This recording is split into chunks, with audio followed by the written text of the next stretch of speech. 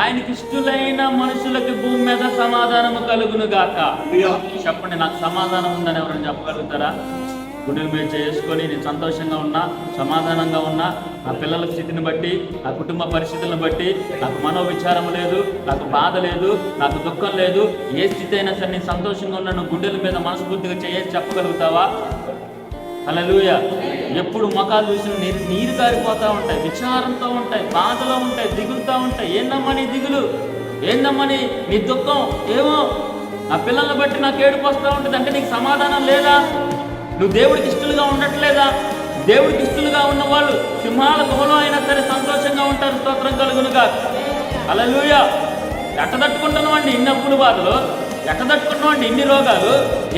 మరణం ఎదురుగా వచ్చినా నువ్వు భయపడవా? రోగాలు ఎదురుగా వచ్చినా నువ్వు భయపడవా? హల్లెలూయా. సమస్యల్ని ఎదురుగా వచ్చినా భయపడవా? ఎంత